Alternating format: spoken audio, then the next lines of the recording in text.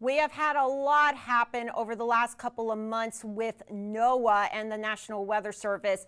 How is it impacting us locally and nationally? Well, I have a good friend and fellow meteorologist to help me break everything down today. The one and only Matt Lanza, based out of Houston, Texas. He is a meteorologist for the iWall and for Space City Weather. Matt, I am so happy you could join us today. Always a pleasure to talk with you, Vanessa. Good to be here. Always a pleasure talking to you, my friend. So there's just so many layers of this onion. It's impossible to go over all of it, but let's talk about what's been happening with our fellow meteorologists in the government sector over the last few months. Yeah, it's been a ride to say the least. So we've had a few things happen. I guess first and foremost, there was this whole issue with probationary employees. So these are employees that may have actually just changed roles in the government. When you're a probationary employee, it doesn't mean that like you just started necessarily. It could mean that you changed a role or you changed a job. And so all these probational employees got laid off, and a judge ruled that they had to be reinstated. And then a judge ruled that they could be laid off again. So they got laid off again.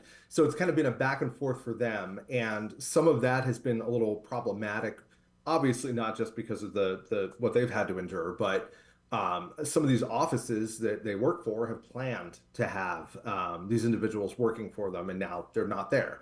So you have staffing issues that kind of derive as a result of that. So that's been one problem. We've had other problems that because of that ripple effect, where you've got less staffing, you've got certain offices that are saying, hey, we can't launch weather balloons anymore. The weather balloons are really important for us to understand what's happening in the upper levels of the atmosphere. They go into weather models. They essentially are like one of the most important inputs to all weather models, really. And so without some of that data, we're kind of flying blind some days in some spots, and that's a little bit of a concern, obviously, with severe weather season here, and then with hurricane season coming. All these things are kind of issues there. And then we had issues with funding of certain agencies that are not necessarily NOAA, but are somewhat related, like regional climate centers. These are centers that store and keep a lot of weather data for people to access to understand what's happened historically. Key users of that include farmers that really need to understand historical weather patterns so that they can adequately, prepare their fields and their crops and all their planning. So that stuff got taken offline, and then it got restored yesterday. So it's kind of been just like this back and forth seesaw that's been like, all right, I think we're all getting a little seasick from everything that's going on, let alone just trying to figure out what's going to happen in the next 6 months. And people don't realize, Matt, everyone thinks people like me, I just walk into a studio, I get in front of a green wall, and I just give a forecast. People don't realize how meteorologists from the broadcast sector, digital meteorologists such as yourself, we rely on data from NOAA to put our forecast together. Can you explain why that is so important? Yeah, absolutely. So I've always kind of described the relationship that we all have in meteorology as very symbiotic. So we get along very well. You've got the academic side that does a lot of research. You've got the public side and the NOAA side that's involved with all the collection of data and making of forecasts. And then you've got the broadcast side, the private sector, all these different kind of different warehouses of weather information, but they all kind of connect. And so when you kind of knock down one of those pillars or you degrade one of those pillars, you're degrading all of them because we're all kind of interconnected, right? So with NOAA, it's obviously the collection of weather data, which is first and foremost one of the big things they do. Specifically, like we were just saying, upper air weather balloons. When you launch these weather balloons, you're collecting data from the upper atmosphere. That's People don't live there, right? So we can't necessarily get that data very easily. And satellites don't do a perfect job. They do a good job, but there's still a lot to be desired there without actual like real physical observations. And that is one of the things that NOAA is really important for. And that goes into weather models and helps determine all weather models to help determine the forecast. Those weather models are inputs to weather apps. They're inputs to some of the base data that we're looking at every day trying to make our forecast. And so when you have issues where those weather models start to suffer a little bit because of a lack of observational data or something like that, which is a risk that we have right now, that can reduce the performance of our forecasts across the board, not just at NOAA, but with us with what we do for our audiences, and on down the line. So it's a very interconnected field. I think a lot of science is like that. And I think a lot of people don't really quite understand that unless you're in it. Like it's really cool. I think we can both say this to see how our different sectors of our field kind of interact with each other. And it makes a big difference. So we don't like when one of them gets hurt because it affects all of us in some way. And I know our friends at NOAA, they've been getting a lot of support, not just from meteorologists like us, but also the National Weather Association and the American Meteorological Society. They came out with a joint statement last week of how important NOAA and what its weather data is for not only for us, but for the public.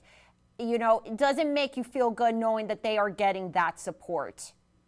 Yeah, it's been great to see our organizations, American Meteorological Society and National Weather Association, really step up in this situation because, it's been rough. I'll say down here in Houston, we've had three of the top leadership in our local weather service office have left in the last year. One was a retirement of his own volition, and the other two took some of the buyouts that were offered recently, which I mean, great for them, but at the same time, now we've got people in some of these offices that are really taxed and they're going to be really overworked, especially as we go through severe weather and hurricane season. So, any support that we can offer them, I think is good because they do really do an important role. And, it's, a lot of times you could just say it and talk about it, but I think we see it every day how important they are to us and to the public.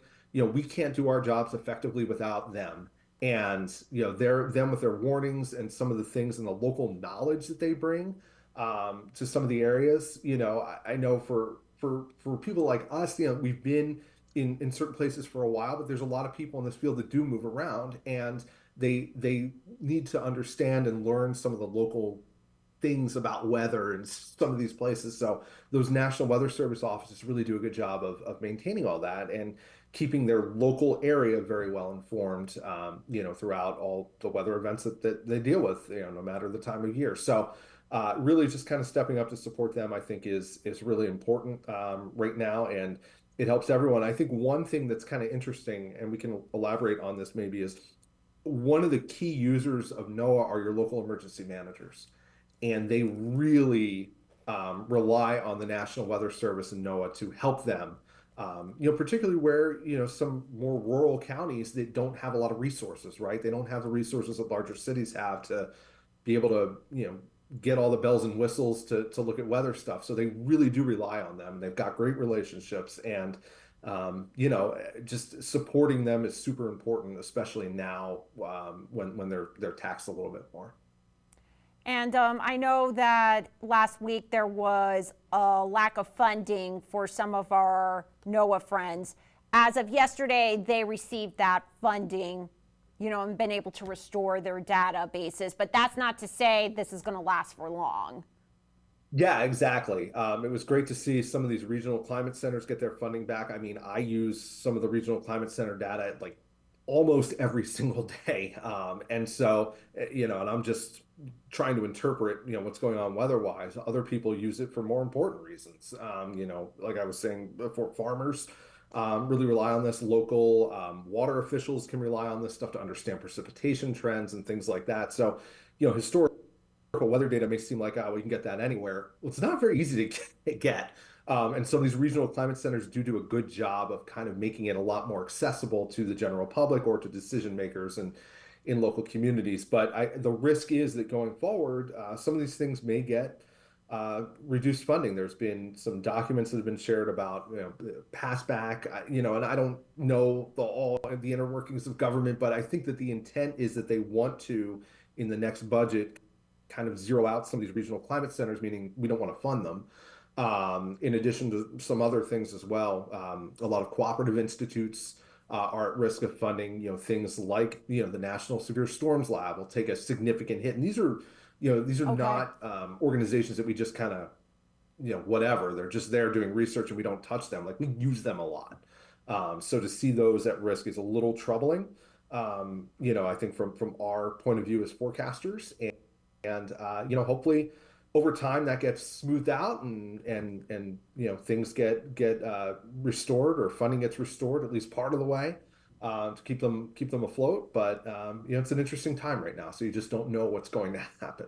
So, what can people do, the general public do, Matt, to make sure that NOAA is still around, not just in 6 months, but in a year from now, 5, 10 years down the road? Yeah, I think that for a lot of people, just understanding some of the issues and understanding some of what they do a little bit better, is helpful. Understand that these relationships that we have, as voices of trust to the public, broadcast meteorologists really do rely on NOAA. Your local emergency manager really does rely on NOAA, and kind of understanding a little bit more of this, and some of how this actually does impact your life, even if you don't necessarily know it. When you think about something as simple as watching a TV weather broadcast, picking up your phone, looking at a weather app, getting a warning, and understanding that. All these things happen because of the National Weather Service. These are not things that were built up just, in recent years. This has taken literally like decades to build up to where it is today. And the progress is continuous. We're constantly getting better at these things. And so it's important for people to kind of understand that. And, where possible, maybe it makes sense to be an advocate, for your local National Weather Service office with your representatives.